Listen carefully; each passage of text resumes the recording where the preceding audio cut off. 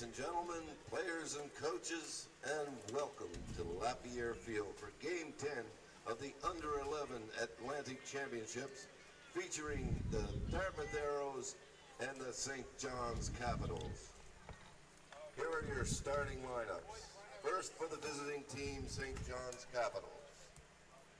Batting first and playing shortstop, number 37, Owen Hiscott. Batting second, number 15, Damian Norris.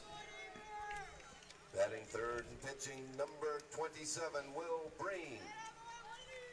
Batting fourth and catching, number 29, Nash Gorman. Batting fifth and playing first base, number 35, Sam Murray. Batting sixth and playing center field, number 28, Henry Pearson. Batting eighth and playing third base, number 36, Luke Hudson. Batting ninth and playing left field, number 26, Cameron Glasgow. Batting 10th and playing right field, number 31, Lilly Bearsford. Batting 11th, number 34, Owen Williams. And batting 12th and playing second base, number 30, Caleb Gale. The coach is Seamus Breen. The assistant coaches are Barry Hudson, Matt Hiscock, and Brennan Gale.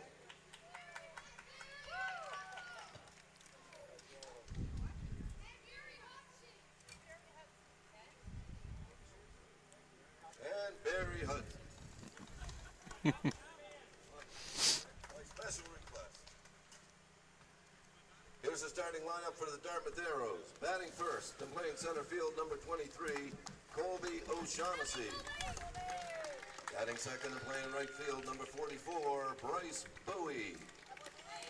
Batting third and pitching, number 9, Jack Baldwin. Batting fourth and playing shortstop, number 34, Brady Bush. Batting fifth, number 43, Reed LaRue. Batting sixth, number 29, Ethan Parsons. Batting seventh and catching, number 12, Nate Koharski. Batting eighth and playing third base, number 21, Jace Haggerty. Batting ninth and playing first base, number 15, Tyler Wolf. Batting 10th and playing left field, number 10, Jaden Hall. Batting 11th, number 14, Sam Pecknick. And batting 12 and playing second base, Sasha Christie. Liam Mason's the head coach, Derek Friesen and Connor Ronafi are the assistant coach. Good luck, everybody. And there you have the pregame introductions of the St. John's Capitals and the Dartmouth Arrows for this final game of the round-robin portion of the 2021 U11 AAA Baseball Atlantic Championships. The Arrows come in with a record of 2-1, and St. John's comes in with a record of 0-3, looking for their first win of the tournament. They've had some close games, they've had some hard-fought games, but have yet to be able to see the win column. But they are certainly hoping that they can pull one out here and possibly play spoiler depending on what happens in the game between PEI and Hammonds Plains. We're still waiting on an update on that one. That was the 2 o'clock start over at Eisenhower Field, and waiting to hear word on what the final was in that game. And PEI went into that one with a record of 3-0, Hammonds Plains 2-1. If PEI won that game, Dartmouth is in the final regardless of the outcome of this game. But if Hammonds Plains earned a victory, then the Dartmouth Arrows would need a win to match Hammonds Plains and PEI with records of 3-1. Then there would be 3 teams at 3-1, and we'd have 2 games tomorrow, a tiebreaker at 10 o'clock and then the championship game at 1 o'clock. But if Dartmouth loses this game, if Hammonds Plains won against PEI and then Dartmouth goes on to lose this game, they would fall to 2-2, and Hammonds, Plains, and PEI would be tied for first at 3-1, and they would both go right to a championship game, which would be the 10 o'clock game tomorrow. So a lot possibly on the line in this one, depending on the outcome again of that game between Eastern PEI and Hammonds Plains. And as soon as we get an update on that one, we will certainly pass it along. If somebody out there knows what happened in that one, then by all means send me a message on Twitter and let me know at PetterPC_sports. That's at PETTERPC_sports. But right now, let's get our focus onto this game. It's the St. John's Capitals, Dartmouth Arrows. Owen Hiscock coming up to the plate to lead things off, and we are underway here at LaPierre Field in beautiful Hammonds Plains, Nova Scotia. First pitch from the pitcher for the Dartmouth Arrows, and that is Jack Baldwin pitching. And that first pitch missed up and away, so the count 1-0. There's a grounder right back at the pitcher, and the throw over to first gets away from him as Baldwin knocking the ball down, but not able to get the throw over to Tyler Wolf to connect. And so Owen Hiscock reaches on the error. That'll bring up Damian Norris. Excuse me. So Norris comes up here with one on, nobody out. Top of the first inning. As mentioned for the Capitals, they are 0-3. Their tournament will wrap up after today. Runner going, throw down to second, gets away. Runner will come into third. And the ball will get away there as well, and runner's going to come home now. Play at the plate, not in time, as Hiscock, with the steal and a couple of throwing errors, able to get all the way around in a quick first run of the game for the St. John's Capitals.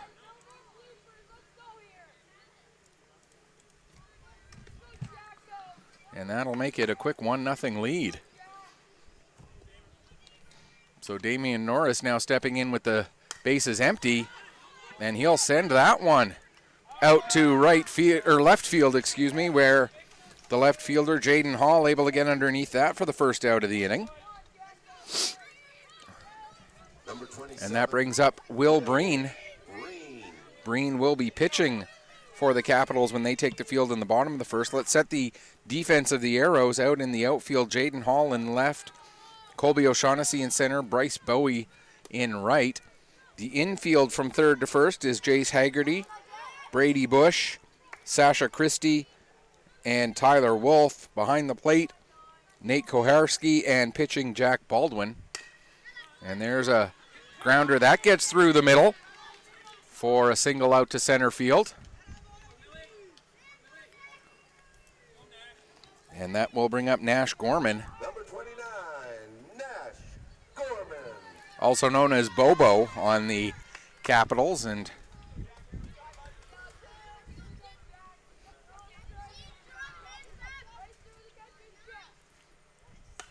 Gorman gets a hold of that one out to center field. And what a catch by the center fielder, Colby O'Shaughnessy, for the second out of the inning. O'Shaughnessy making the great grab there. And that brings up Sam Murray, who, I don't know if you can hear them or not, but the Capitals showing what they think of their first baseman.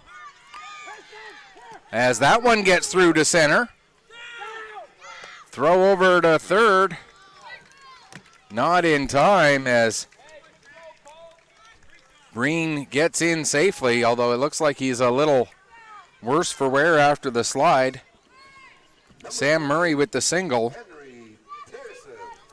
And he makes it to second on the throw over to third. So that brings up Henry Pearson with runners on second and third. Swings through the first pitch, and the count goes to 0-1. Big thanks to everybody tuning in wherever you're joining us from here on 360 Live. We really do appreciate having you along for the ride at this 2021 11U Atlantic Championship Tournament. There's a called strike on Pearson in the count 0-2. Flying solo in this game for the first time in the tournament. There's a swing and a miss, strike 3. And that will do it for the first inning. But the St. John's Capitals able to capitalize on 1 run on 2 hits. There was 1 error and 2 runners left on base. So at the end of half an inning, it is the Caps leading the Dartmouth Arrows by a score of 1-0. Capitals will take the field. Or actually, there were 3 errors. 1 run on 3 hits. There was 1 error. 2 runners were left on base. Okay, they're calling it 1 run on 3 hits and 1 error. I thought there were. The Dartmouth hits count was 11 for 11. But I'm not the official scorer, so there you go. As we take a look at the Capitals as they get out into the field to set up their defense. Out in the outfield from left to right, it'll be Cameron Glasgow, Henry Pearson, and Lilly Bearsford from left to right. The infield, third base will be Luke Hudson. Shortstop is Owen Hiscock. At second base, Calum Gale, and first base will be Sam Murray. Behind the plate is Nash Gorman, and your starting pitcher for this game is Will Breen. Running you really quickly through the Arrows batting order. Colby O'Shaughnessy leading off, Bryce Bowie second, Jack Baldwin third. 4, 5, and 6 is Brady Bush, Reed LaRue, and Ethan Parsons. Nate Koharski bats seventh, Jace Haggerty eighth. 9 through 12 is Tyler Wolf, Jaden Hall, Sam Pecknick, and Sasha Christie. Let's see if I can...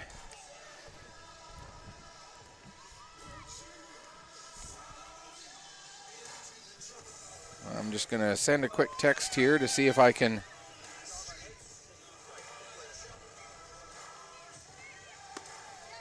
get this information.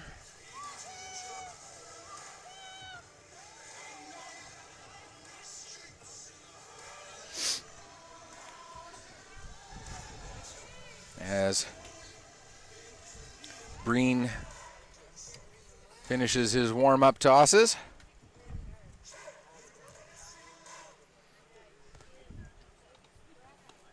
Leading off for the Dartmouth Arrows, number 23, Colby O'Shaughnessy. As Colby O'Shaughnessy steps in. We had the Arrows on this field for their opening game of the tournament. That was against the host Hammonds Plains A's, and the Arrows won that game by a score of 9-3. They played their next 2 over on Eisenhower Field. That one misses high. As we have a final from Eisenhower, PEI won 8-7, and so therefore we know that it will be the Arrows playing in the final tomorrow against the Eastern Express, as PEI finishes with a 4-0 record. Hammonds Plains will be 2-2. Even if Dartmouth loses this game and goes to 2-2, they would get the spot in the final by virtue of the head-to-head. Because even though the 2 teams are tied at 2-2, they would not play a tiebreaker game because both teams have a pair of losses. Colby O'Shaughnessy taking one in the backside for the team. So he'll head over to first after getting hit by the pitch. That'll bring up Bryce Bowie. So we do know for sure now that there will not be a tiebreaker game tomorrow. There will be just the one game. It'll be a 10 o'clock start, and we know it will be Dartmouth against Eastern Prince Edward Island for the championship. Swing and a miss there, strike 1. And it'll be interesting to see if the Arrows approach the pitching in this game any differently now that they know that there's a strike and the count goes to 0-2.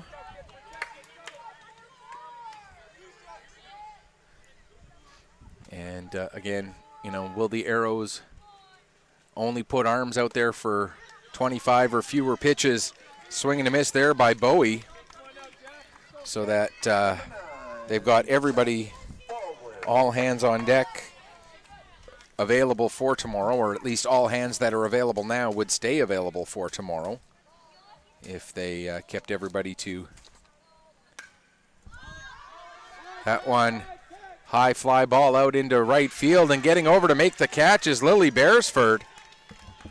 And sorry about the camera work on that one. I missed it for you. Trying to operate the cameras and do the play-by-play here. Does make for a bit of a challenge, and also do a double check. Okay. She ties it here, but when the multiple time. Okay, the team.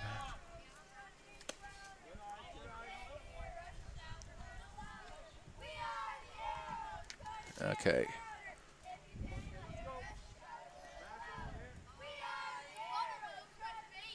Oh, I stand corrected. There may be 2 games tomorrow after all. If one team is undefeated 4-0 following round-robin play and all teams have a minimum of 2 losses, the second-place team must defeat the first-place team twice in order to be considered the champions. So if the Capitals win this game, then the second-place team, which would be the Dartmouth Arrows, would have to win a pair of games against PEI. So this game does still have quite a bit of significance in it in that regard. So I'm glad I went and looked at the rule book there to get a clarification on that. So we still might have 2 games tomorrow based on that quick reading of the book. But it all depends. There's a strike as Brady Bush steps in here. Runner on second, 2 away right now.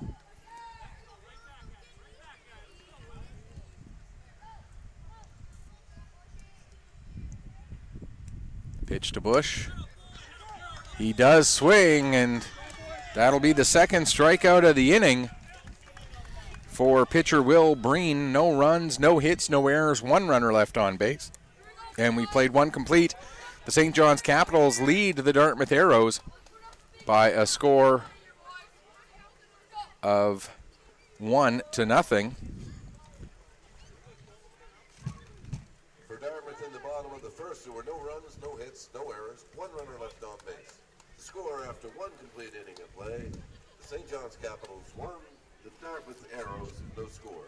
The Newfoundland St. John's pitch count was 14 for a total of 14. And I'm just going to read this again just to make sure. All right.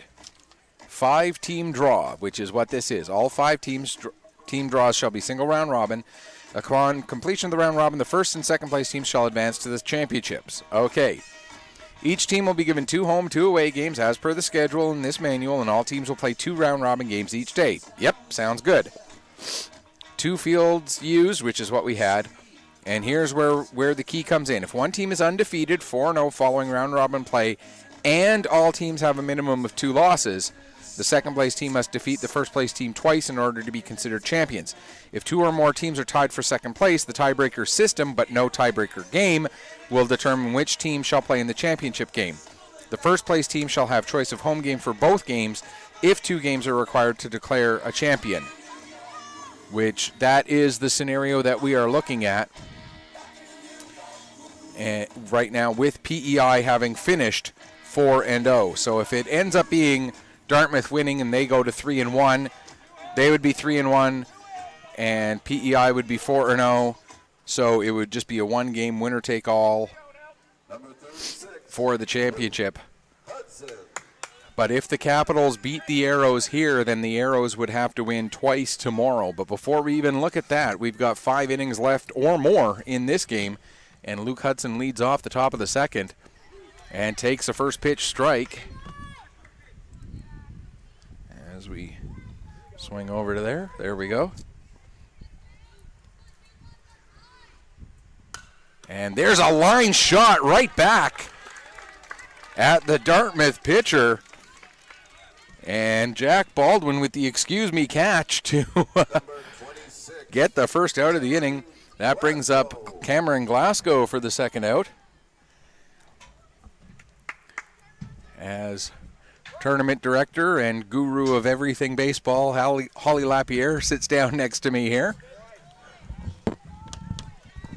So just to get confirmation, Holly, the way I just read the rule book, if, based on the result that PEI beat Hammonds Plains, if St. John's beats Dartmouth, we could still have 2 games tomorrow because Dartmouth would have to beat PEI twice in order to be named champions. Correct. Okay, so we do have that correct. Good. Glad I know that I was able to at least read that part right. So there we go. And unlike some other rules in our Nova Scotia Provincial, if you're 4-0, you would have to be beat twice if the second team is 3-1. That is not the case with the Atlantic rules. So Dartmouth, if they win today, it will be a winner-take-all game tomorrow at 10 o'clock. Right on.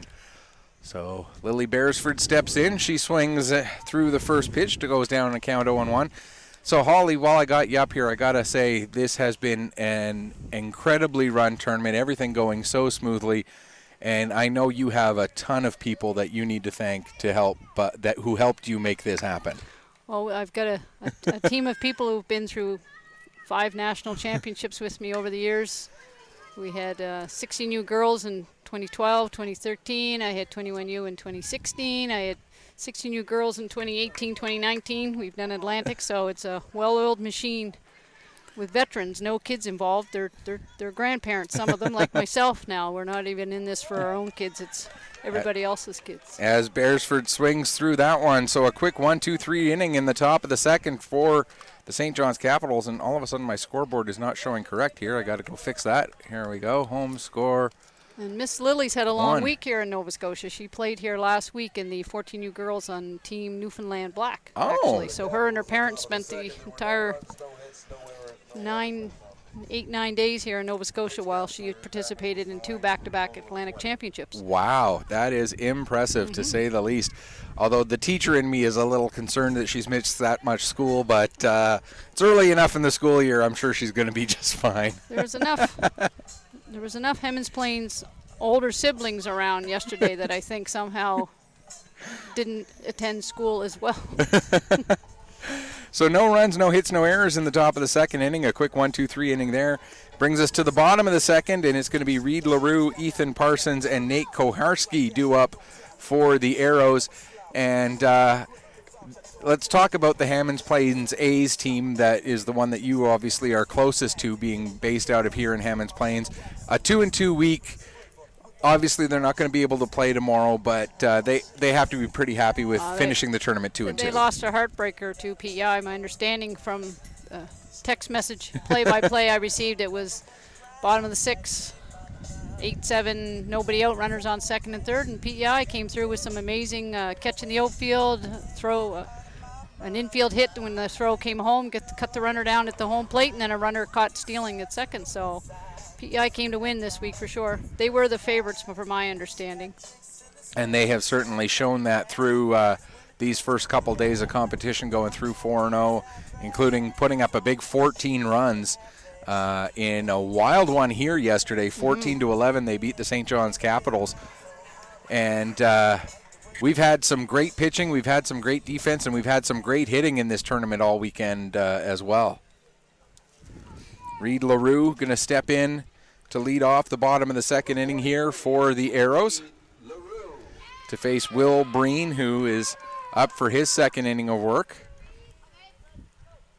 Breen delivers his first pitch a bit high, goes to the backstop, and that'll put LaRue ahead in the count here, 1-0.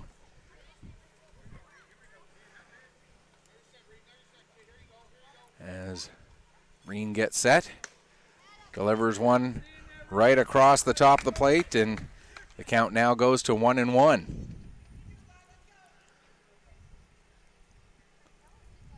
Breen steps up again. That one misses a little bit high, 2-1. I got to say, we've had great pace of play all weekend long, too. The games have been clipping right along, right on time, and a nice little pause in between each game as well to give us all a chance to catch our breath. Yeah, we're lucky enough to keep 3 hours between games, through an extra hour in for those having to travel over to Eisenhower to accommodate that. We've had 2 extra inning games, gives us an opportunity to prepare the field for the next game and allow each team to have infield. There's always that one of those misconception rules that you're only allowed one infield a day. No, there's no such rule, but it allows, if the time allows it, why wouldn't you want a proper warm-up for each game? So I always like to make sure that's a staple for when we're running anything. And Eisenhower Field, I didn't get a chance to go take a look at it, but if it's anything like this field and in even close to as great a shape, the players have had great facilities to work with all weekend. Yeah, and from my crew over there, I understand everything's torn down. You never know there was an event there. So a leadoff walk for Reed LaRue. That brings up Ethan Parsons up to the plate here as the lefty steps in with one on, nobody out. First pitch just misses a little bit inside, and the count goes to 1-0.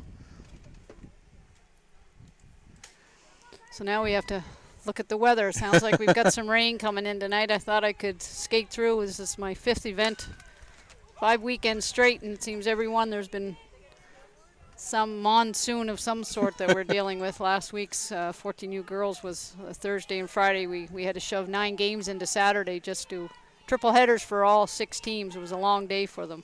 Oh my goodness. But when the weather is what the weather is, that's the one part of the game you can't control. That one just misses outside. So 2-1 or 3-1 now, excuse me, the count on Parsons.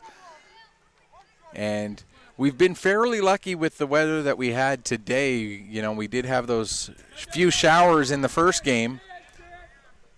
Or it was 2-2, excuse me, so now it's 3-2. And with that pass ball, LaRue able to get down to second base. We had some showers in that first game between PEI and Hammonds, or no, it was PEI and New Brunswick, excuse me. No, New Brunswick and all the games are starting to blend together on first? a little bit. yeah, we had some showers. The sky's looking a little gray right now, but we'll threatening right now.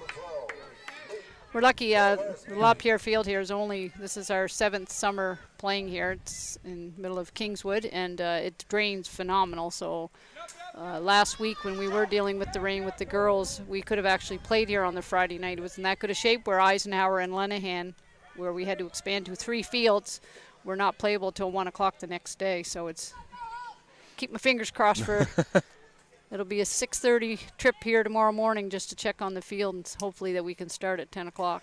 As another pitch gets to the backstop, but the runners at second and third, LaRue and Parsons LaRue at third, Parsons at second, with Nate Koharski up to bat. Back-to-back walks to start the bottom of the second inning here. And Koharski ahead 2-0. Breen steps up and delivers the 2-0. That one misses a little bit high now, 3-0. Wonder if our pitcher has a nice bruise from that line drive he took yesterday. He did take one, yes. Yeah. A few players have have gotten their bodies in front of some balls, and now another walk loads the bases. That'll bring up Jace Haggerty with a chance to put some runs on the board here for the Arrows. And the comment I was making a little earlier in the game, for the Arrows, knowing that they are going to be in the finals tomorrow, I wonder if they're going to approach their pitch count a little bit differently today, or differently for this game. As another ball gets to the backstop, and coming in to score is LaRue, and then heading over to third is Parsons. And so the game all tied up now at a run apiece. Oh. Maybe one of those games where they're coming in with one strategy, and it may evolve based on the score of the game. So a 1-1 tie now with LaRue coming in, Parsons at third. So runners are at the corners with still nobody out here in the second, excuse me. We do have Liam Mason about 10 feet away from us. We could maybe, tap him on the shoulder. Father and son duo here coaching this weekend. Somehow I don't think they're going to give away any trade secrets to us, though. No. That one misses high. Runner goes from second. They fake the throw down to second. And trying to see if they could catch Parsons wandering too far away from third base, but Parsons does a good job of holding on to third there and making sure that he doesn't go too far away. Haggerty's still in there now. Another one misses high, and that is ball 4, so the base is loaded up again, and a little bit of a control issue here for Will Breen in this inning after a quick inning in the first.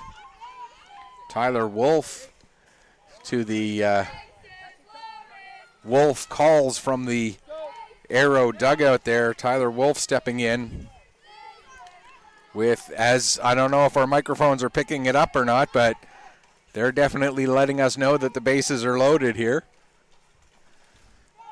And nobody away here, bottom of the second inning of what's now a tie ball game. That one misses high. Gets away from Gorman, but not far enough. As Tyler Wolf stands in ahead in the count now.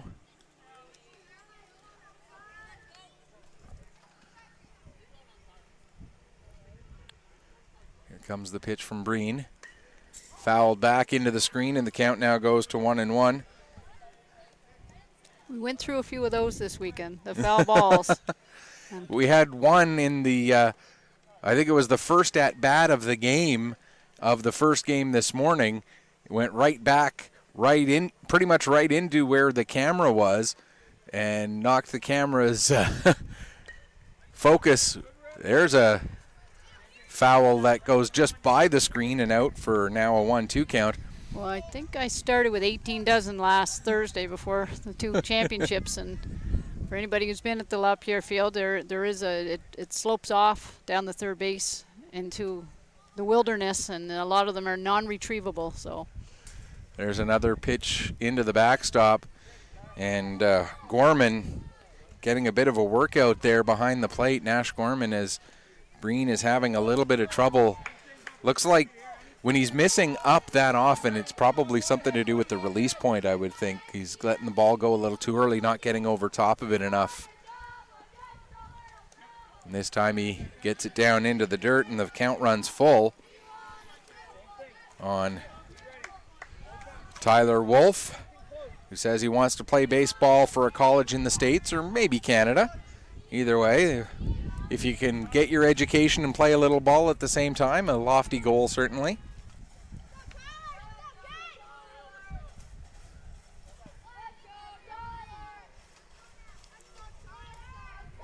As we get ready for the payoff pitch here from Will Breen.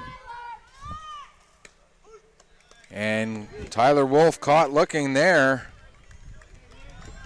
As Breen able to get that one on the outside corner. Jaden Hall now will come up, but the base is still loaded, but now one away. I was looking at you because did I hear a rumble of thunder? I hope I didn't. I didn't hear it.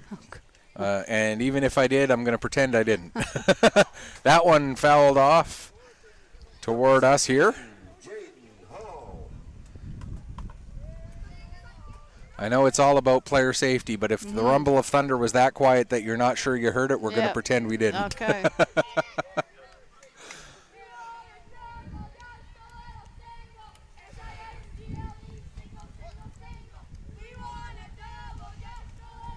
I'm lucky enough that one of my parents, Tina Simpkin, is a meteorologist for CBC. Well, she's been sending me updates for the last, like I said, 5 weekends with all these events going on. It has not been a good summer this year for baseball anyways. No.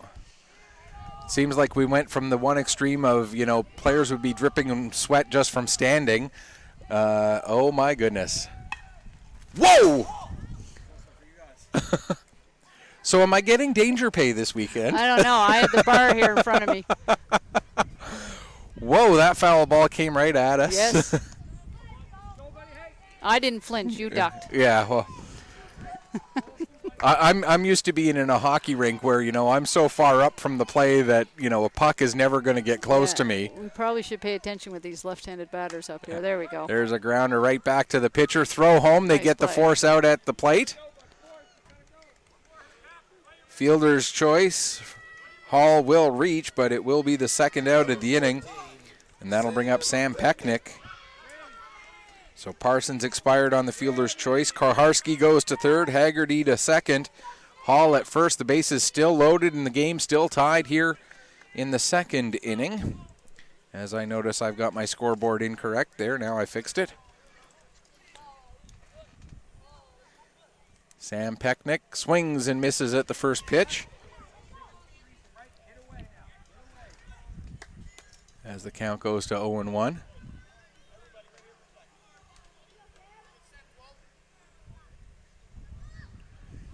Another one that misses high, and Nash Gorman back to the backstop to pick that up and gets back there quick enough that Koharski at third base chose to hold his place there.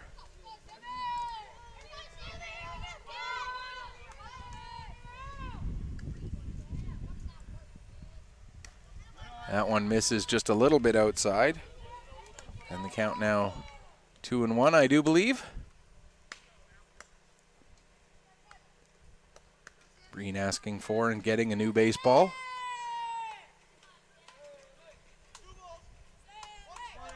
As the umpire confirms for us that it is in fact 2-1.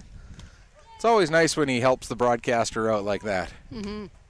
That one misses high and outside, 3-1. I'm always paranoid that I miss a pitch somewhere while I'm trying to do all the other things.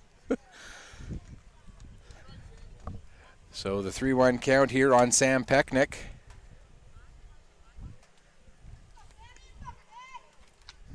The pitch from Breen.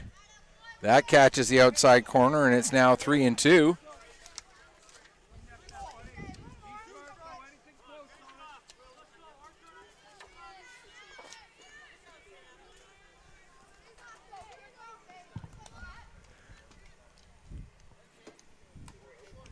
Here comes the payoff pitch. And that one misses high for ball 4. So Pecknick with the RBI on the walk. That's the 5th walk this inning. Number 32, Sasha Christie. And the Arrows take the lead. Sasha Christie coming up to the plate. Bases still loaded, still 2 away here. Christie takes that one just a little bit inside, ball 1.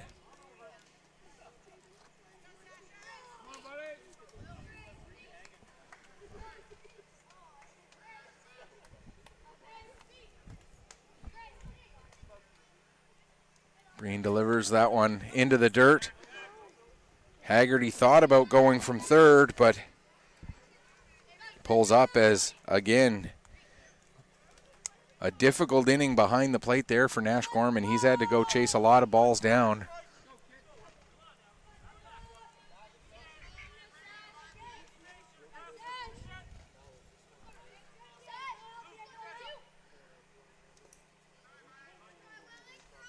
That one misses.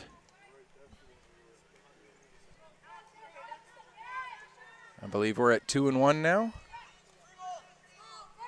Oh, 3-0. 3-0. All right. I thought I heard him call one of those a strike, which struck me as odd, but there's a strike, and the count goes to 3-1. Colby O'Shaughnessy, the top of the order, standing in the on-deck circle right now. 2 away here in the bottom of the second. 2 runs already in. And the base is loaded for Christie, who has triple citizenship, not just dual citizenship, has his Canadian, American, and Russian citizenship. So the triple citizen earns himself an RBI there with the walk, and it's now 3-1. I've heard of dual citizens before. I think this is the first time I've ever seen someone with triple citizenship, though. A lot of neat facts in the bios that all the players filled out for the webcast.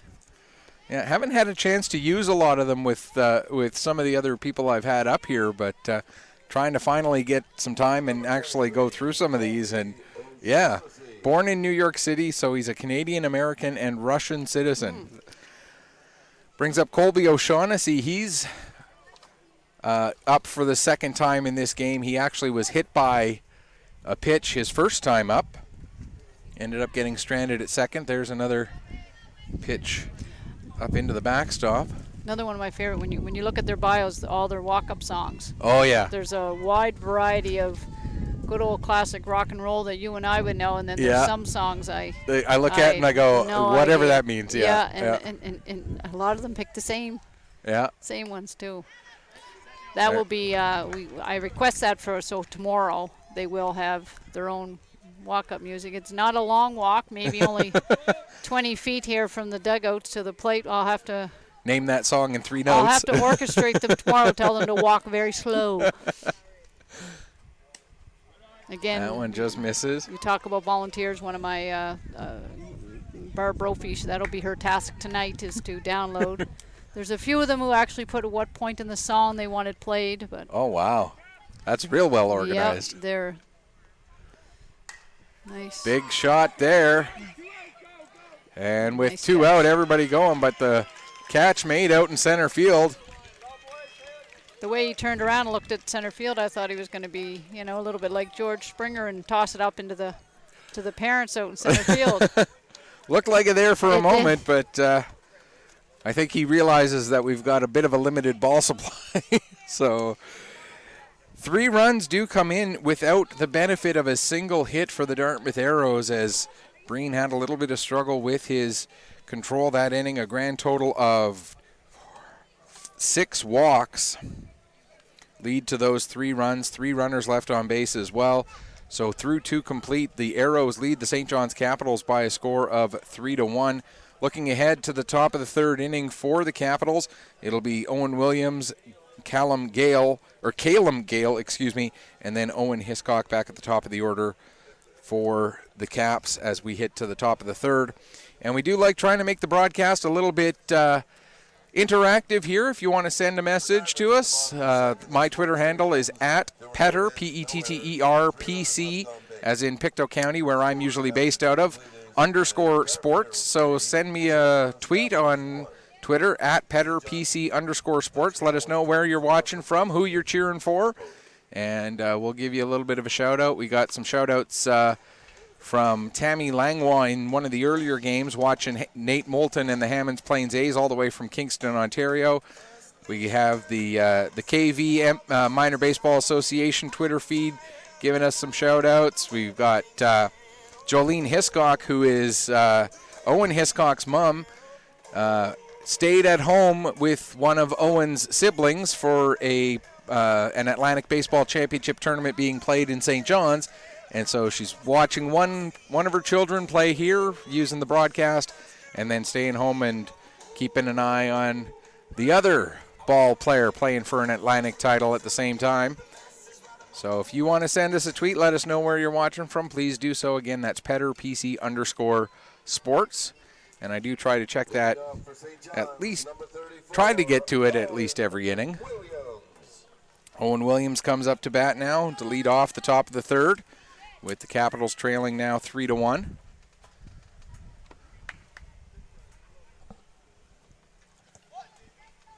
Williams steps in and takes the first pitch just a little bit high.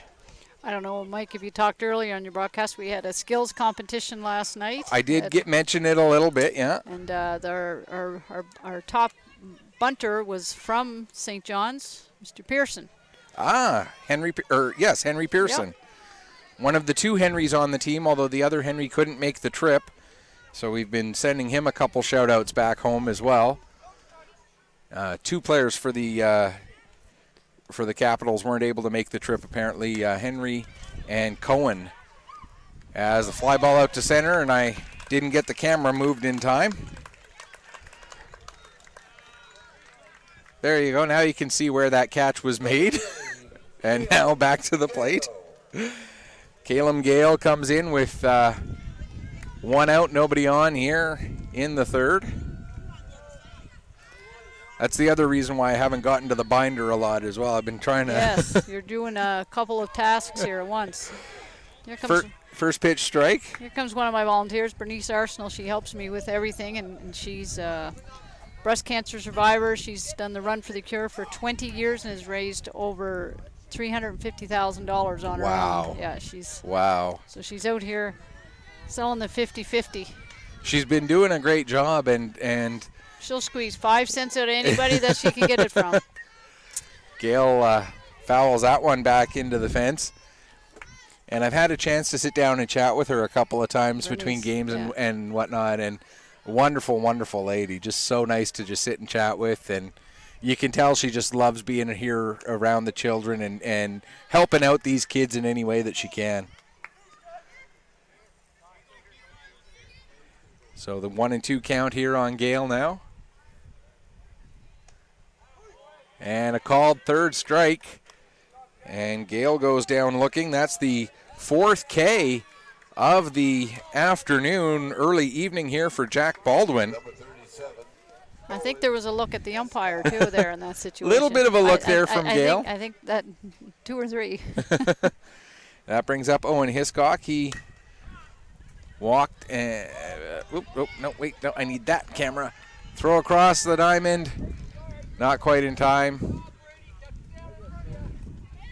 And that's like, I can choose back and forth between 2 cameras, but if I need the third one, there's like 4 extra clicks I gotta make. And so an infield single there for Owen Hiscock gets him on base for the 2nd time. That brings up Damian Norris.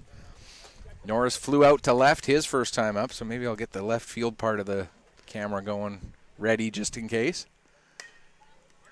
And wouldn't you know it, I think that's going to fall in front of the center fielder.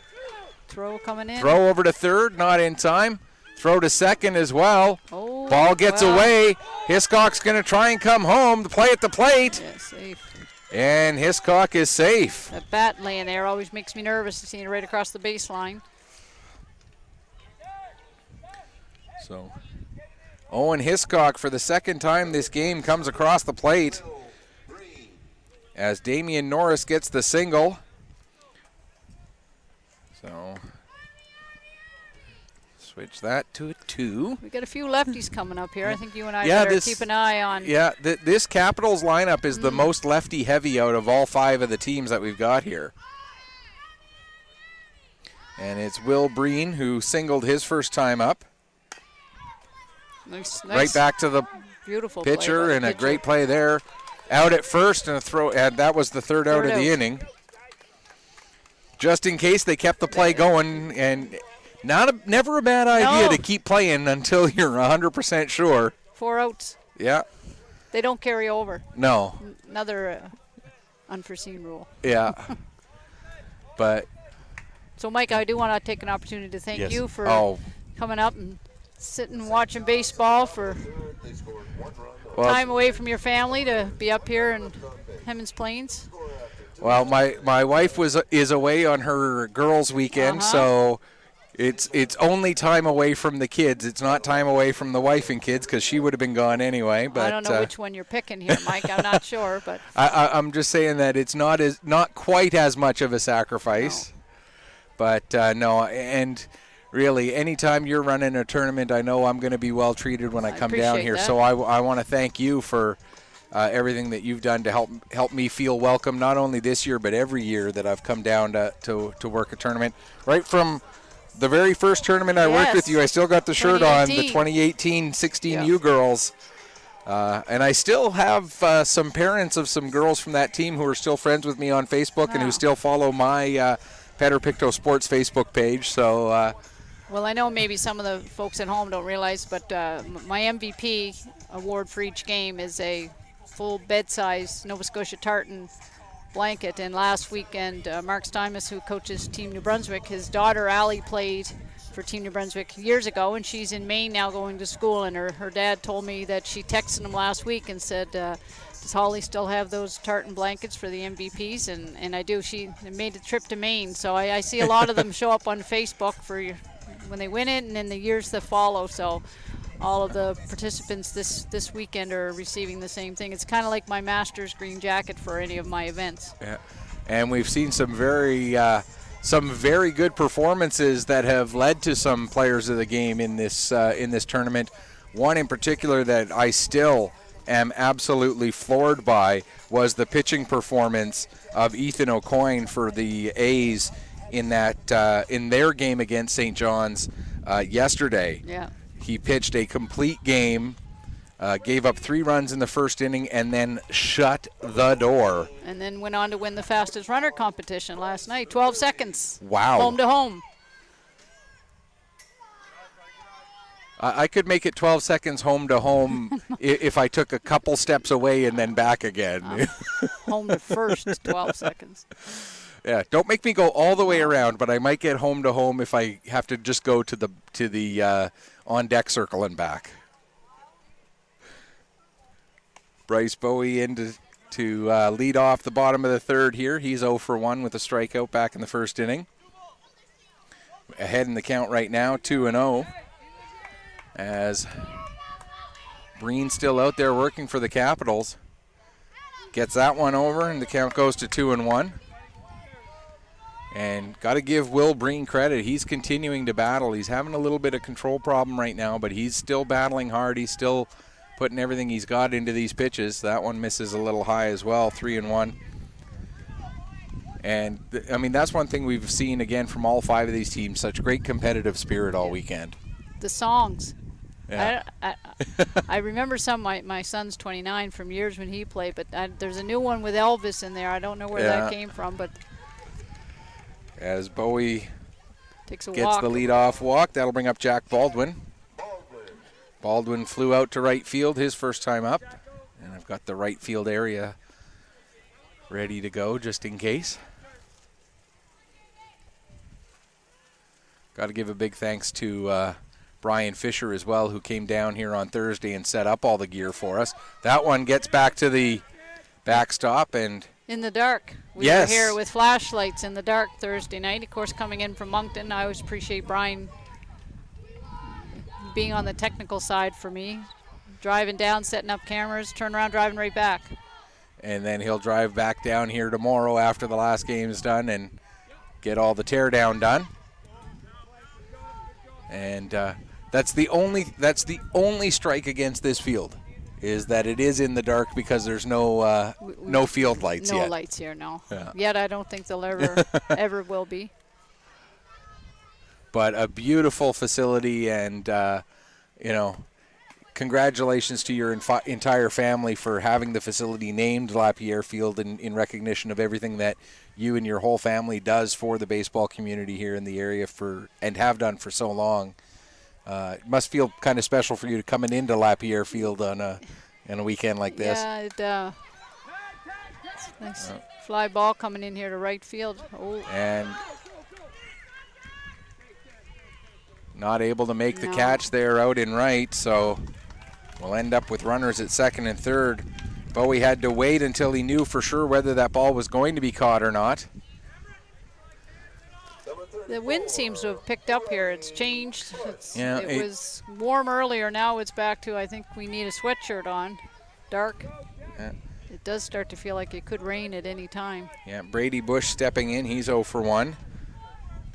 Yeah, as that one again gets away from Gorman, but not far enough for Bowie to take advantage. So runners on second and third with nobody out still here in the bottom of the third. That one misses high. The count now 2-0.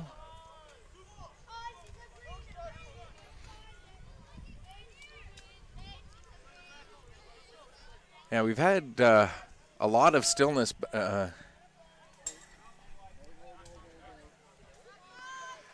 Had a lot of stillness, but when the wind does pick up, you sure feel it here. And most of the time when it does pick up, it seems to be blowing right out directly to center. Well, now that I've got those flags waving out there, the ones on the foul pole aren't moving too much, but dead center definitely. Yeah.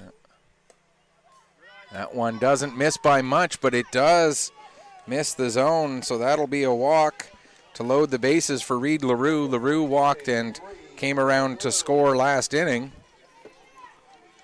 So 2 walks and an error on the right fielder have loaded the bases for the Arrows to get a chance to try and extend on this 1-run lead they have here in the 3rd. That one misses high.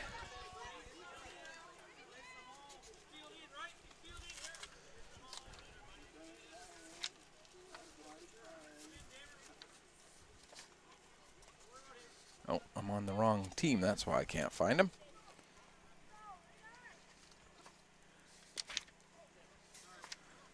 Still on the wrong team. Too many things to do. There he is, Reed LaRue. Hit a home run, hit the ball over the fence for a home run in Valley, he says, is his greatest accomplishment to date. We've seen 1 home run over the fence at this tournament, and that was Tyler White. Tyler White with the big blast, and then he followed that up the following day with a pitching performance this morning that was just incredible. Pitched not only the complete regulation game, he then had enough pitches left over to finish the 7th as well, as we're going to see a pitching change here as Breen a little bit frustrated, but I believe Lily's coming in. Yes. She's only thrown, I think she threw 9 pitches yesterday. I don't recall, because all of the Capitals games have actually been on this field. Yeah.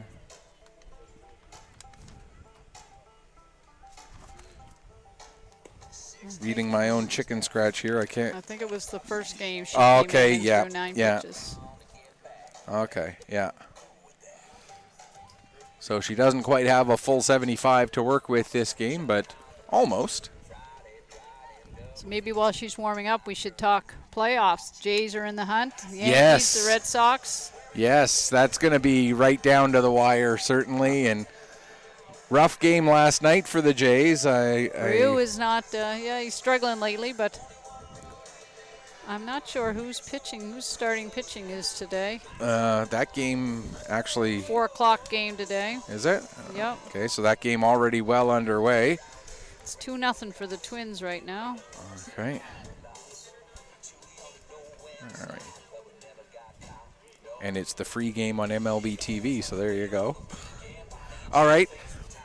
Some of the other guests I've had up, actually all 3 of the other guests I've had up here, I've asked them to weigh in on this, so I'll take a moment and put me on the spot after this. Yeah, we'll at bat. We'll get Reed LaRue's at bat wrapped up here.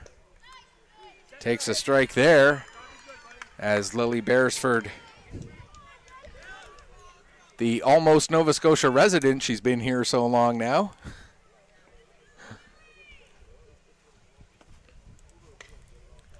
That one high into the air, and Bearsford not only throws the pitch but comes over and makes the catch for the first out of the inning.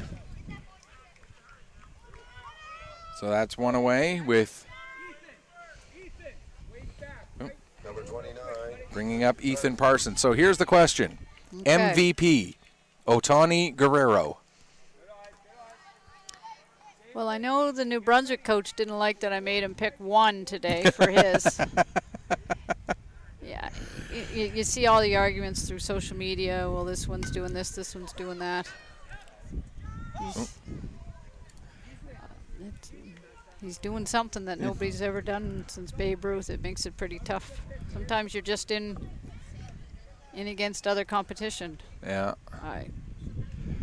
And yet, if Guerrero gets the Triple Crown, how do you argue against a Triple Crown? But how do you argue against a guy who's done what he's done on both sides of the ball, hitting and with his pitching? It's a no-win but a no-lose debate in a lot of ways. I think just because it's unique, they're going to give it to Otani over Guerrero.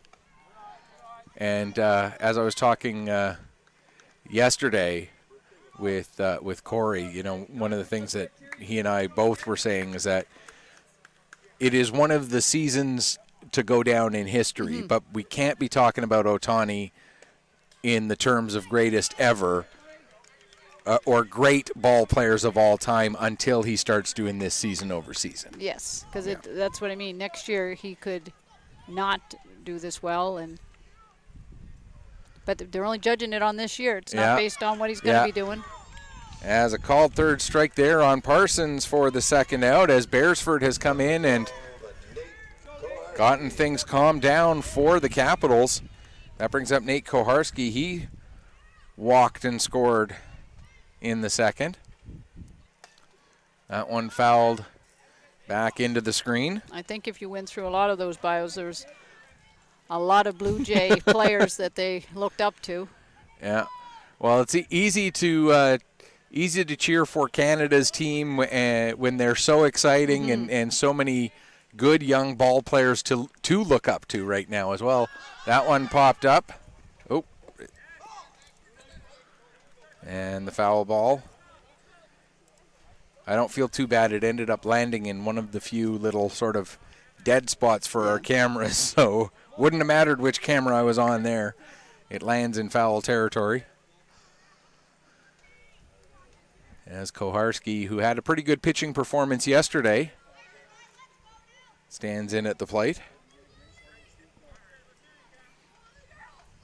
Of course, Lilly being the lone girl in this tournament and sharing the name with my youngest daughter, I kind of have a bit of a soft spot cheering for her right now, too. I'll admit it. As Bearsford gets another strikeout to end the inning, so minimizing the damage. One run does come in. No hits, one error, 2 runners left on base. We've played 3 complete, and the Dartmouth Arrows lead the St. John's Capitals by a score of 4-2. And if my daughter is watching, again, Lilly, you see? Lilies can play ball. Trying to convince her that, she can try out for ball, but maybe next year. Maybe I'll get her. Dartmouth in the bottom of the third, you scored 1 run. Oh, wow, that's awesome. 2 runners left on base. Score after 3 complete innings of play. The Dartmouth Arrows 4. So due up in the top of the 4th for the Capitals, it'll be Nash Gorman, Sam Murray, and Henry Pearson. The bunt expert, Henry Pearson. We saw a few really good bunts laid down in the game this morning between Hammonds Plains and KV as well. There were some real nice bunts laid down in that one, as well as in the game between the Red Sox and the Capitals. So we're seeing that those fundamentals still being well taught here with these young players. So that's always good to see. It always amazes me when they end up in the majors where they seem to lose that. Mm-hmm. Well, I think part of it is the whole sabermetrics idea of giving up and out. Giving up and out. Yeah. Well-placed bunt is not giving up and out. No, that is true. There's a wide divide on use it or not use it. Yeah. Same as the DH, yes or no? Put you on the spot. All right. My big thing is be consistent. If one league is going to use it, both leagues should use it. If one league's not going to use it, both leagues should not use it. They either have to get they have to get on board with each other one way or the other. I was talking about giving up and out. Oh, okay. It doesn't happen very often with the pitchers. Yeah. For the giving up and out, I mean pitchers batting. But if everybody is using the pitcher as a batter, then it's a level playing field. It's when you get the idea of an AL team playing an NL team in an NL ballpark, so their pitchers aren't used to hitting as much. And no, give me DH all day long. Yeah. I prefer the DH, absolutely. But I just want to see both leagues, if they're going to use a rule, everybody use the same rule. That's what frustrates me the most. So Nash Gorman, nicknamed Bobo. Don't know where he got that nickname from. It certainly can't be the hair.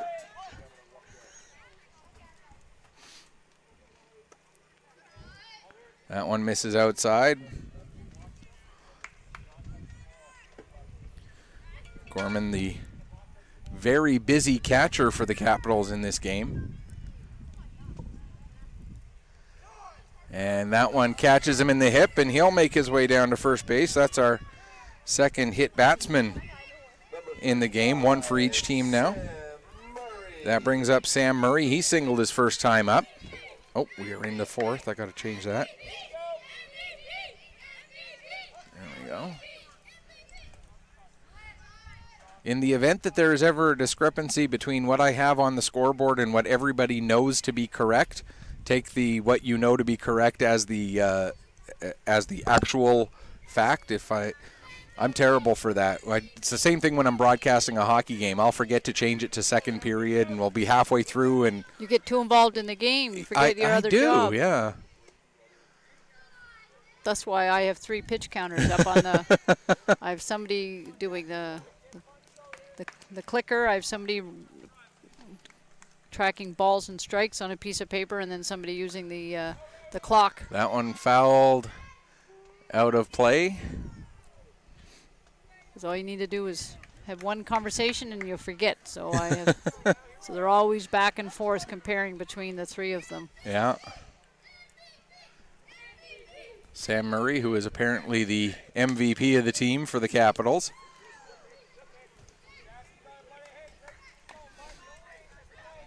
You can tell this St. John's team, even though they're 0-3 coming into this final game, they're still having a lot of fun. They're still certainly going to have some very fond memories of this experience, as there's called strike. Count 2-2 on Murray. That one misses inside. Oh, it was 3-2, excuse me, and so a walk to Murray. Puts runners first and second. And that'll bring up Henry Pearson, the center fielder. Our bunting specialist from last night. All 3 boys won a championship wrestling belt. That was their prize. It was a great photo with them. Pearson up with nobody out and runners on first and second. That one misses down and away. Pearson didn't show bunt that time. He struck out his first time up. Back in the first. Nice, Gets a good shot there out into right field. Sending the runner. No. Strong throw. Ends up going a little too strong. And that will allow Gorman to come in to score. The throw was on time, certainly that Gorman had to hold up, but when it ended up sailing over the catcher, and so the Capitals now have pulled it back to within 1. It's 4-3. And that brings up Luke Hudson with runners at second and third, and still nobody out here. And we're back on guard here. Left-handed batter. Yeah.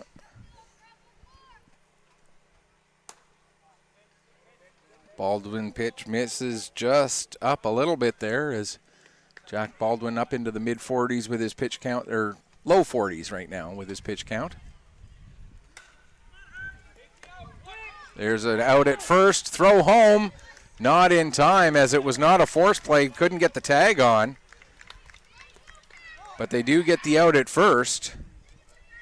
So that'll be an RBI for Hudson. See our catcher doing a little plate maintenance for the umpire. Yeah. Pearson gets to third on the play. So that brings up Cameron Glasgow. As we now are back at a tie ball game. As he gets all of that one. Nice catch. Caught out in Taken.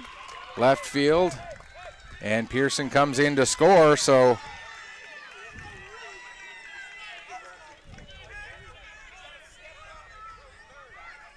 I believe Dartmouth is going to appeal that he left early. And he is called out. Yeah. So he did indeed leave early. So a key play there for the Arrows to get that third out on Henry Pearson, leaving a little too early. 2 runs do score, but the third one does not after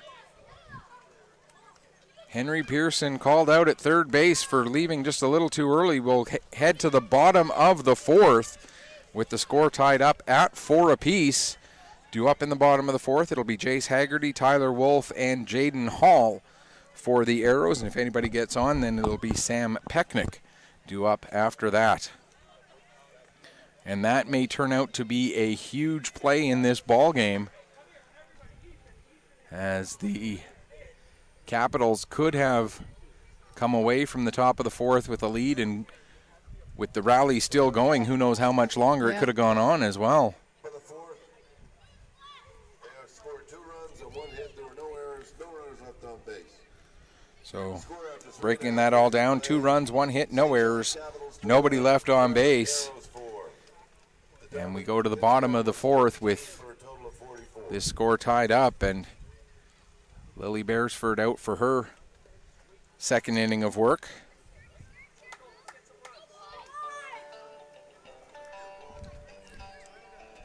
We've had some great sponsors for this event too, Mike, as you see our Absolutely, signs yeah. around. Boston Pizza provided pizza actually not only just last night but last weekend for the 14U girls. Cars R Us, Lower Sackville, tremendous supporter of baseball in Hammonds Plains and our Challenger program, and every national and Atlantic event, always there to support myself and what we're doing. And the good old province of Nova Scotia, there's grants available for events. Thank them. We had Gilson Construction, and also a couple of our parents, Let's Get Optimized, it's his business, and we had Master Tech Plumbing and Heating. So you can't make these things happen without those dollars coming in from our major sponsors. Oh, for sure. And it's great to have you up here to help give them that recognition that they so deserve, for sure. Besides the pretty signs in the outfield. And we have drawn attention to those signs, for Yeah. sure, especially the BP sign, since that's where the home run went out yesterday. Well, the interesting is Evelyn from Cars R Us joked when she saw the signs, asked if Boston Pizza was going to give her free pizza if they hit the sign, and I said, well, Evelyn, you're going to want Boston Pizza to pony up a pizza. Your sign's sitting out there too. I don't think there's too many of these 10 or 11-year-olds in a free car. But well, Mom, you win the free car, you give it to Mom or Dad, and then, right. Then you're the favorite son or daughter for a long time. Yeah. As Jace Haggerty steps in here to start the bottom of the 4th, I know if one of my daughters won a car and gave it to me, I'd be elevating that one up to the favorite. Nice Throw to play first there. as Hiscock makes the play at short, gets the throw over to first in time for the first out of the inning. That brings up Tyler Wolf.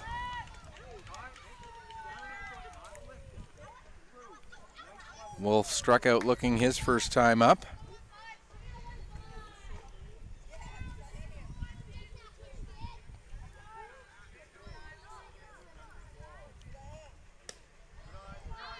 First pitch from Bearsford just misses a little bit upstairs there. One other sponsor I want to mention is McLeod Signs, who made all the signs, provided me with a new scoreboard and all the metal posts. I had a lot of parents concerned I was going to block the fences off, and their viewing area out in center field, the Hammonds Plains parents, so that's why I decided to go up instead of across.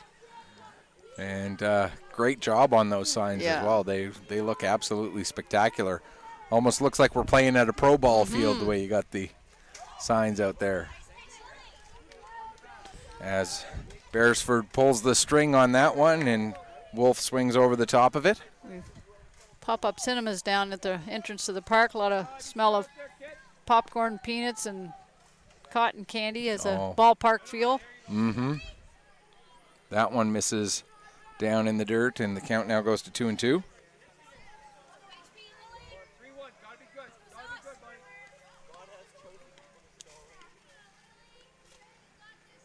Bearsford gets herself set.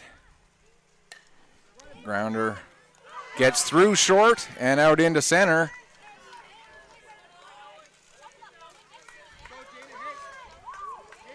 So the one-out single brings Jaden Hall up to the plate. He grounded into a fielder's choice his first time up. As Ethan Parsons was gunned down at home trying to score. Foul tip there, and Bearsford ahead in the count here, 0-1.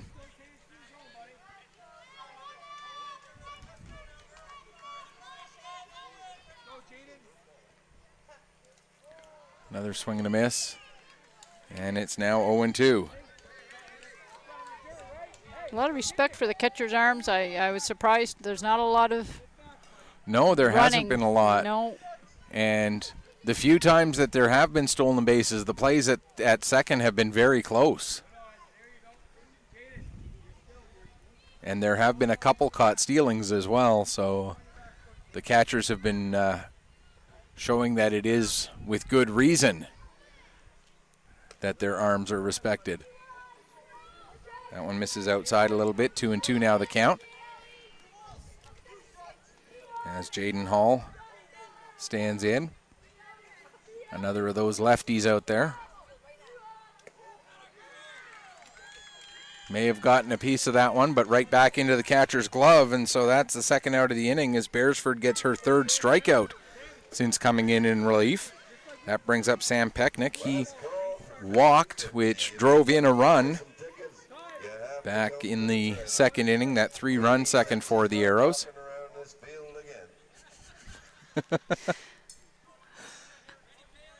Little humor from our announcer booth. That's Brent Wynot. He's been doing events with me for 12 years now. He's got that radio voice. Yeah. Grounder right back to Bearsford. She gathers it up over to first in time. So a one-out single gets stranded on the base paths. No runs, that one hit, no errors, just the one runner left on base. We've played 4 complete, and we're all tied up at 4. Down to a 2-inning ball game here at the beautiful LaPierre field as we get ready for the 5th inning. Taking a look ahead to the top of the 5th. For the Capitals, it will be 9, 10, and 11, Lilly Bearsford, Owen Williams, and Caleb Gale. And if anyone gets on, then back around to the top of the order for Owen Hiscock.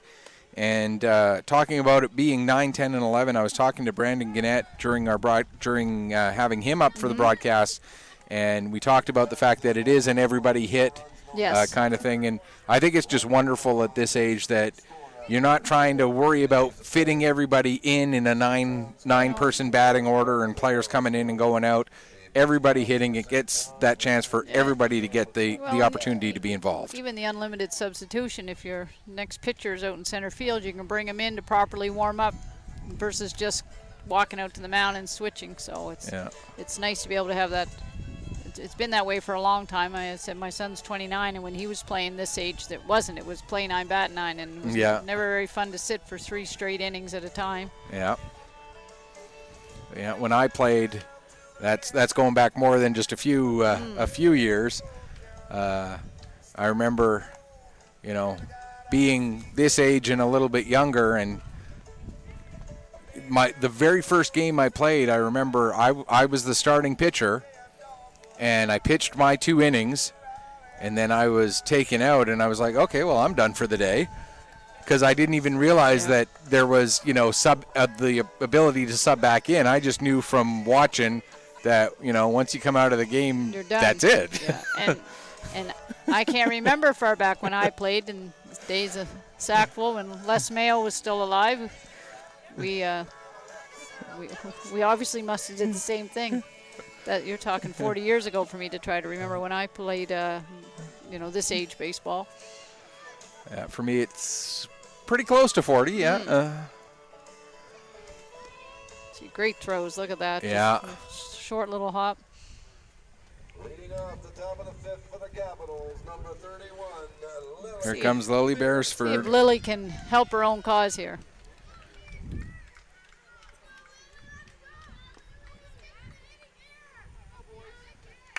Bearsford steps in to lead off the top of the 5th.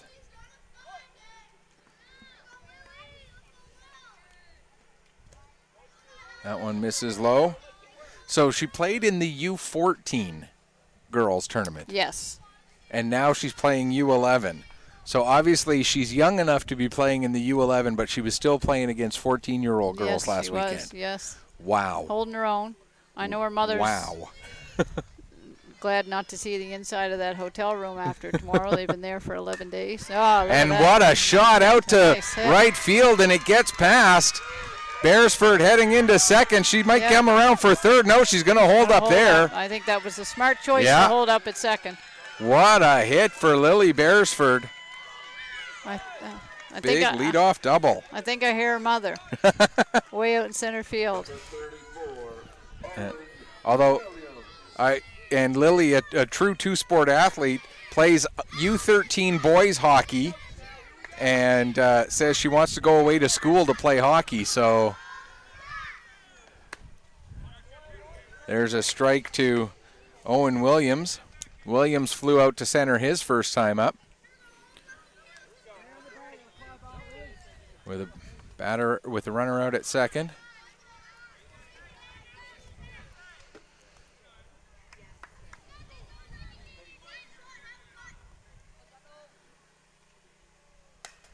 Williams. That's going to miss us. Not by a lot. No. As I see a youngster out there with at least a couple of baseballs in his hand.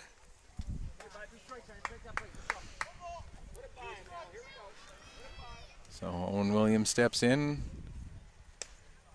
takes that one inside, and the count now goes up to 2-2.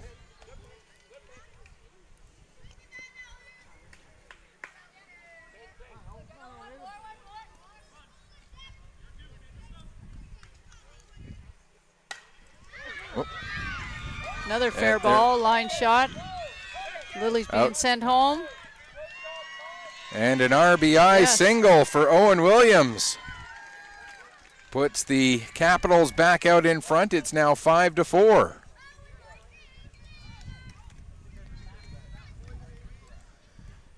And looks like we're in for a pitching change here. Jack Baldwin is going to head out to the outfield. Number 44, I believe, is coming in. That would be Bryce Bowie, who had been playing right field. So it looks like it's just a straight swap right field for pitcher. So Bryce Bowie coming in to pitch. It's back to our, wonder what our pitching strategy is now for Liam Mason. It is a big game for them. As we said, if they lose, they drop to 2-2, and we'll still play PEI tomorrow, but PEI will have that cushion of having to be beat twice. So this really is, in a lot of ways, a must-win game because they need to win. Well, they need to win 2 more games to win the tournament. Whether it's this one and then a one-game winner-take-all tomorrow, or lose this one and have to win twice. Yeah, because it will definitely affect your pitching when you need to try to figure out what you're doing for 12 innings tomorrow versus 6. And for the Eastern Express, with some of the pitching performances that they've got, I'm pretty sure they've got a few arms left because they haven't had to use quite as many. I don't have the pitching stats here in front of me. They're over in my command post, but I do. The fact that they shut out the Arrows earlier today makes me guess that they didn't have to go through a lot of pitchers because they didn't end up giving up any runs. No. I suppose I should actually put the camera on the pitcher warming up here instead of... As nice as it is to see the third base coach on TV, I'm not sure that everybody wants to be watching him while the new pitcher's warming up. Number 30, Caleb Gale. Caleb Gale steps in with a runner on first and nobody out here.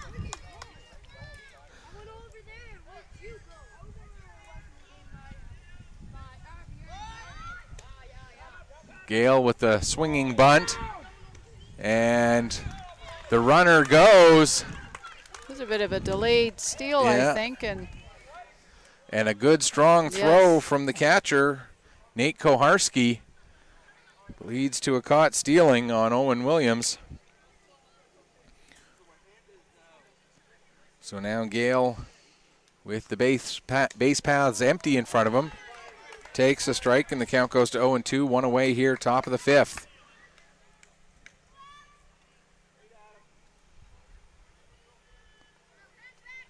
And the new pitcher, Bryce Bowie, gets a strikeout with the first batter that he faces. And so that will bring up Owen Hiscock. Hiscock walked and came around to score in the first, singled and came around to score in the third.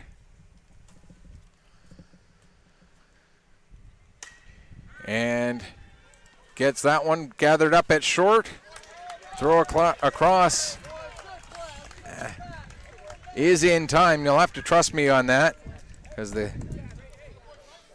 ground out to short to end the inning, as the ball gathered up there by Bush for the third out. So 1 run on 2 hits, no errors, nobody left on base. We'll head into the bottom of the 5th with the Capitals back out in front, and the score now 5-4. Arrows due up in the bottom of the 5th. It'll be Sasha Christie, and then back around to the top of the order, Colby O'Shaughnessy and Bryce Bowie. The Dartmouth Arrows 4. The pitch count for Dartmouth was 4 for a total of 4.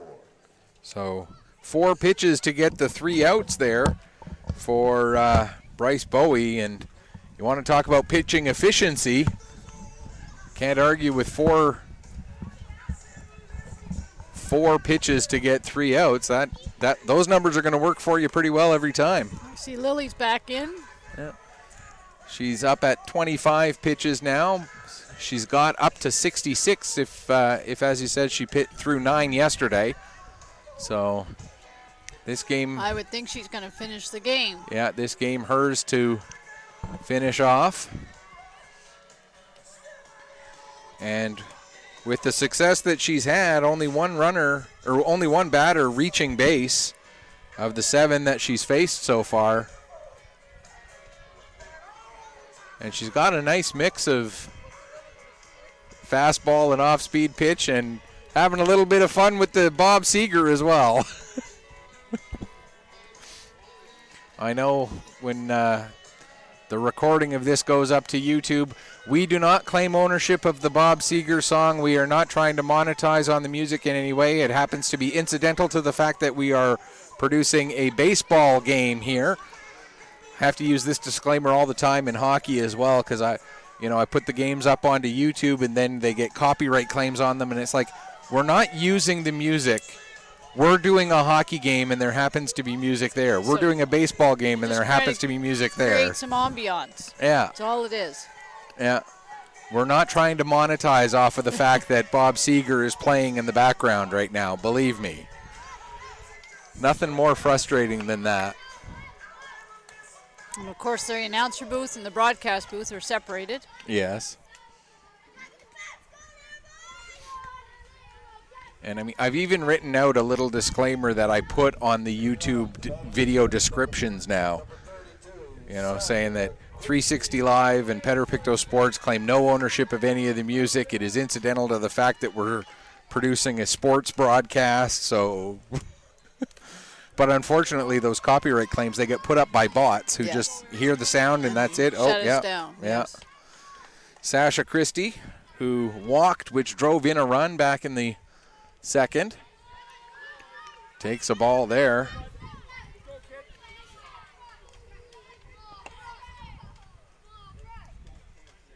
As Bearsford, has that one missed low, and 3-0 now, the count, I believe, on Christie.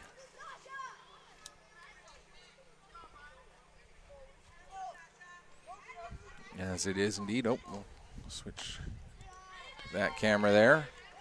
And that's ball 4. So Christie with the leadoff walk. That'll bring us back around to the top of the order. Colby O'Shaughnessy, who was hit by a pitch in the first, flew out to center field in the second. So 0 for 1. Get the center field area pulled up there just in case.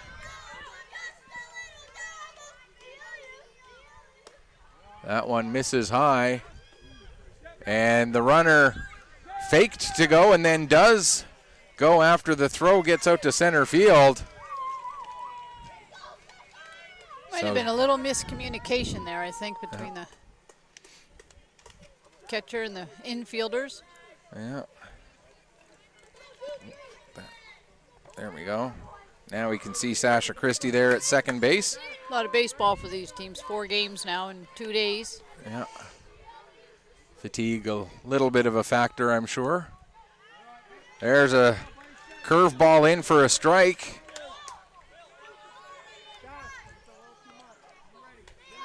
O'Shaughnessy at the plate here with, and there's a shot out to center, and what an attempt. Yes, I guess. But not able to haul the ball in. Coming in to score all the way from second I think is Christie. I'm not sure if he's all right out there. And he had a Kevin Pillar Superman extension on that attempt. That is Damian Norris, I do believe. I think our coach is taking a run out here just to make sure he's okay. Might have knocked a little bit of the wind out of himself. A great effort on that ball, and he really did not miss it by very much at all.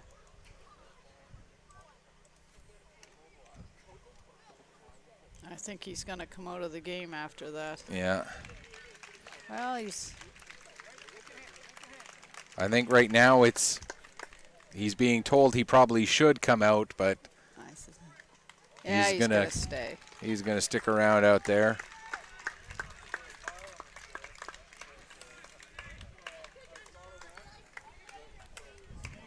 And it is indeed Damian Norris who was playing center field there and made that, or almost made a play that would have gone down. That one foul tip back into the screen. So an RBI double for Colby O'Shaughnessy ties up the ball game. Top of the 6th.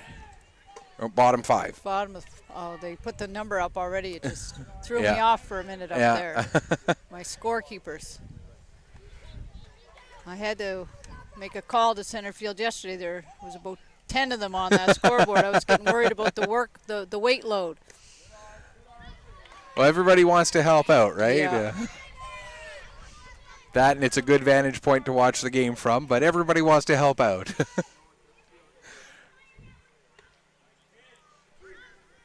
There's a strike taken by Bowie. Bowie struck out in the first, walked and scored in the third. 1-2 the count.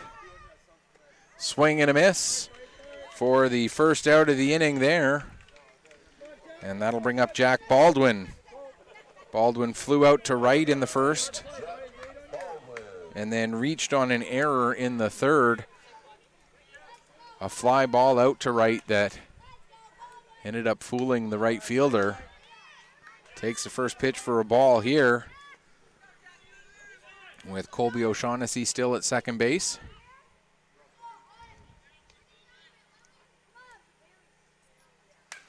And the line shot just gets past the shortstop there out to center field. Nice throw. Coming in for and just getting in under the tag. Great throw in by the center fielder. Great throw there from Damian Norris.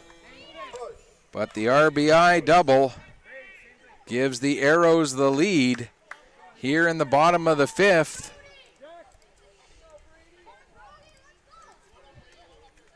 So now looking to add a little bit of insurance to see if they can get a bit of an extra cushion going into the top of the 6th. Brady Bush up at the plate. He struck out in the first, walked in the third.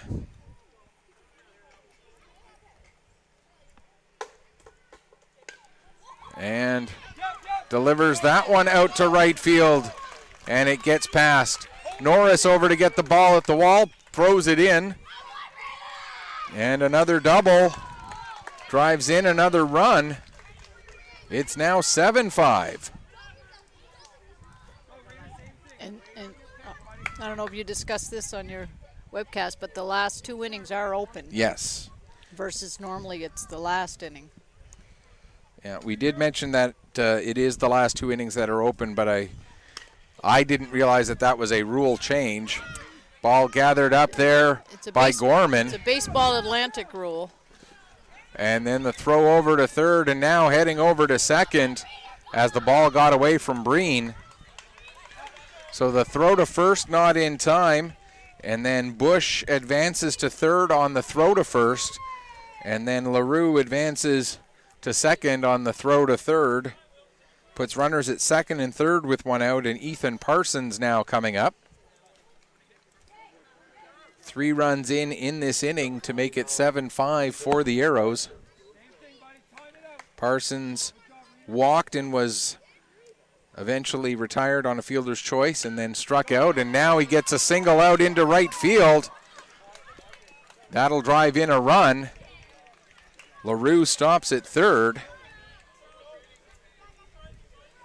And so it's now 8-5. Runners at the corners with 1 away. Oops.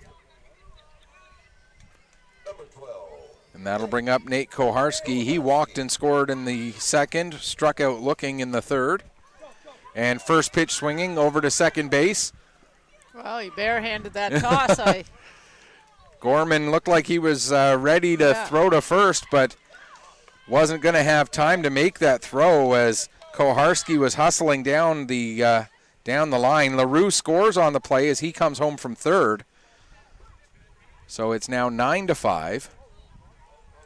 And all these people first pitch swinging, I'm not even getting a chance to get cameras reset, let alone and get scores updated. I think there was a bit of confusion there. They thought 5 runs were in and thought the inning was over. It is 5 runs in, but as you mentioned, they were starting to walk off and had to be corrected that it's. So it is the open inning here. That means Jace Haggerty gets to keep going. And Haggerty with first pitch swinging. Nice but grab. That's right out to right field, and that is the third out of the inning. Yes. But the Arrows put up 5 big runs to take a 9-5 lead. And a chance to finish it off here in the top, heading to the top of the 6th inning. It's going to be Damian Norris, Will Breen, and Nash Gorman coming up 2, 3, and 4 for the Capitals. So they need 4 to tie and force a bottom of the 6th. Otherwise, the Arrows 3 outs away from setting up 1 game, winner take all, tomorrow morning at 10 o'clock against the Eastern Express, a rematch of the game that was played this morning over at Eisenhower Field, a game that the Arrows, and I have to admit, when I saw the scoreline, I was a little bit surprised that Eastern beat them 10-0, knowing the offense that the Arrows have, to have been shut out by Eastern. That must have been a great pitching performance, a great defensive performance by that PEI team. Well, Michael, I'm going to go head over to start to do a little my chairman duties and get ready for player of the game. And at this point, Newfoundland will award their team MVP, as each team was to pick one player from their team for the. Well, Holly, I appreciate you coming over and joining me for a bit of the broadcast some here. People are probably shocked I didn't say a whole lot, but that was for you. This is your role, not mine. So. Well, I appreciate having the company, and again, I appreciate every time you invite me down to a tournament. You treat me like gold, and thank you so much. And next time, when you're getting ready for next year, you know you've got a play-by-play guy of anything you're organizing. I'm looking for the off season right now. So. Don't even want to think about that yet. Okay. Thanks so much. Holly LaPierre, the tournament director here, and she does such a great job organizing all of these wonderful events and makes it easy for me to make the decision to say, yeah, anytime.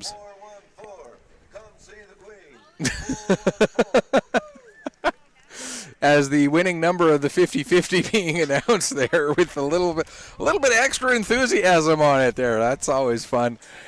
And we're possibly the last half inning of the day here, unless the Capitals can pick up a couple more runs. They need to get 4 at least to force the Arrows to have to bat in the bottom of the 6th. Caps led it 1-0 after getting a run in the top of the 1st. The Arrows put up 3 in the bottom of the 2nd to take a 3-1 lead. Capitals got 1 in the top of the 3rd to make it 3-2. Arrows responded with 1 of their own in the bottom of the 3rd, making it 4-2. Capitals tied it up with 2 in the top of the 4th, making it 4-4. Took the lead with 1 in the 5th to make it 5-4. And now the Arrows 5 in the bottom of the 5th to take the 9-5 lead. And first pitch swinging, gobbled up by the third baseman. Throw across in time. Jace Haggerty makes the play with the throw across, getting there just in time. What hustle by Damian Norris. Damian Norris, the same Damian Norris who laid out for a great effort on a play in center field last half inning. And then Norris also who made a couple of fantastic throws in from center field. First pitch swinging again. That one will fall in left field for a single. Will Breen with the 1-out single takes first base. That'll bring up Nash Gorman as Bryce Bowie here trying to finish off this game. He is the pitcher of record. There's a line shot out to center and a catch made out in center by Colby O'Shaughnessy for the second out. A hard hit ball, but O'Shaughnessy had a perfect beat on it. That brings up Sam Murray, the final chance here for the Capitals in the top of the 6th. And again, if there is a dispute between what's on my scoreboard and what we all know to be the truth, it's just because I haven't had a chance to get the scoreboard changed yet.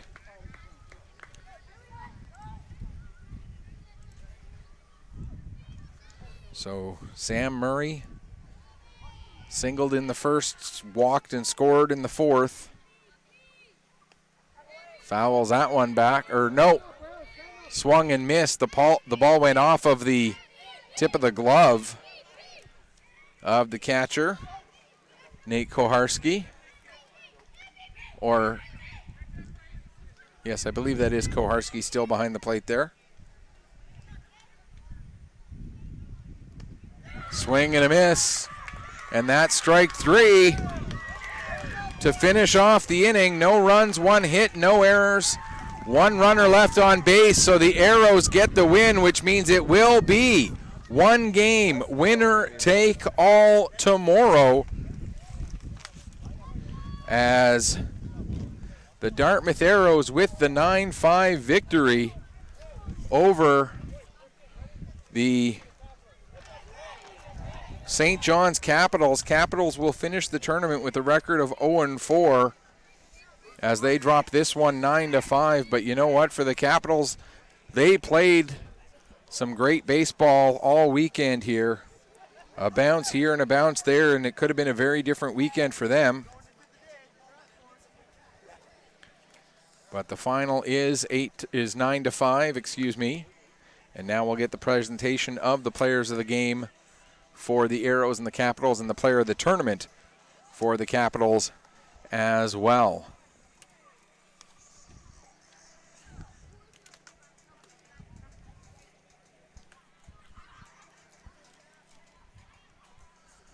As we're just getting the teams all lined up here, getting everybody out.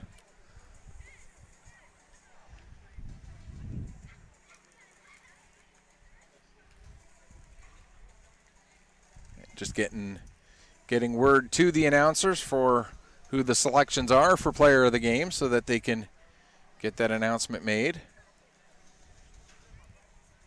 The game MVP for the St. John's Caps, number 31, Lilly Bearsford. Lilly Bearsford named game MVP for the Capitals, and why not? She came in and pitched really well. She had a couple of nice plays out in right field, and she also had a pretty good day at the plate. For St. John's, number 15, Damian Norris. And Damian Norris, well-deserved his term in MVP. He had some great efforts out there in the field. He was all over the place. Colby O'Shaughnessy. And the game MVP for the Dartmouth Arrows, Colby O'Shaughnessy. O'Shaughnessy with some big plays out there in the field as well. So that's going to do it for this one. The Dartmouth Arrows have set up a date with the Eastern PEI Express. One game, winner take all, tomorrow morning at 10 o'clock. Make sure you tune in right here on 360 Live. Until then, on behalf of Holly LaPierre and everybody here at LaPierre Field, thanks so much for watching. May your pitches hit the corners and may your liners hit the fence. Thanks for watching. Enjoy the rest of your Saturday. We'll be back with you tomorrow morning, 10 a.m. Championship Sunday from the U11 AAA Atlantic Baseball Championships.